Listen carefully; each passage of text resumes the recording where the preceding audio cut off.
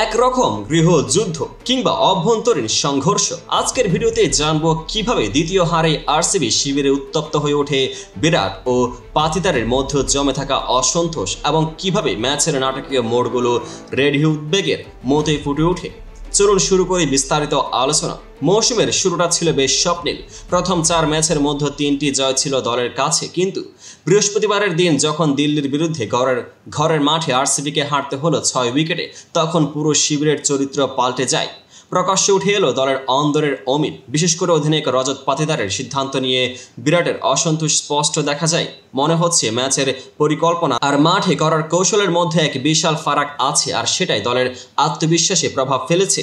Tactical দিক থেকে আমাদের খেয়াল করতে হবে কিভাবে শুরুতে দলটি 61 রানে প্রথম উইকেট হারায় এবং তারপর 163 রানে থেমে যায়, এবং এই মুহূর্তগুলোতে ব্যাটারদের দায়িত্বের চাপ অনেক বেড়ে যায়। বিরাট কোহলি, যিনি মাঠে নিজের অভিজ্ঞতা নেতৃত্বের পরিচয় দিয়েছেন, তারা যেভাবে পাতিদারের কৌশল ও পরিকল্পনায় আপত্তি জানিয়েছেন, বিশেষ করে বোলিং চেঞ্জ এবং ফিল্ড পজিশন নিয়ে, তা এক কথায় গৃহযুদ্ধ। ম্যান্টর দীনেশ কার্তিকের সঙ্গে উন্মুক্ত কথাবার্তায় বিরাটের ক্ষোভ এমনভাবে ফুটে ওঠে যা মাঠের চেহারাকে দৃশ্যত নাট্যময় করে তোলে।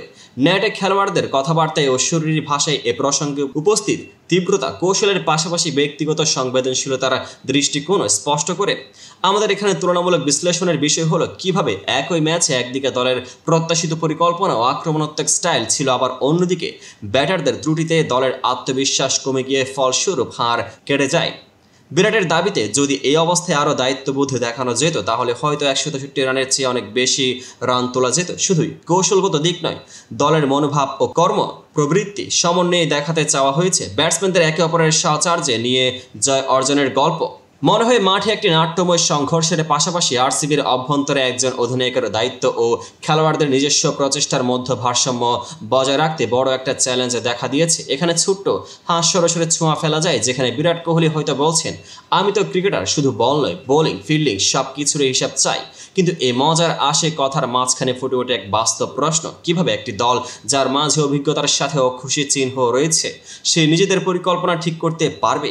মাঠে হয়তো উঠতে পারে যে এক নাটকের পর্দা, যেখানে পাতিদারের সিদ্ধান্তের প্রতি বিরাটের অসন্তোষ এবং ম্যান্টরের কাছে তীব্র আলোচনার মুহূর্তগুলো পরের ম্যাচে দলকে আরো শক্তিশালী করতে প্রেরণা হিসেবে কাজ করবে। এর ফলাফল কি হবে তা অবশ্যই মাঠে নতুন মুহূর্তে প্রকাশ পাবে।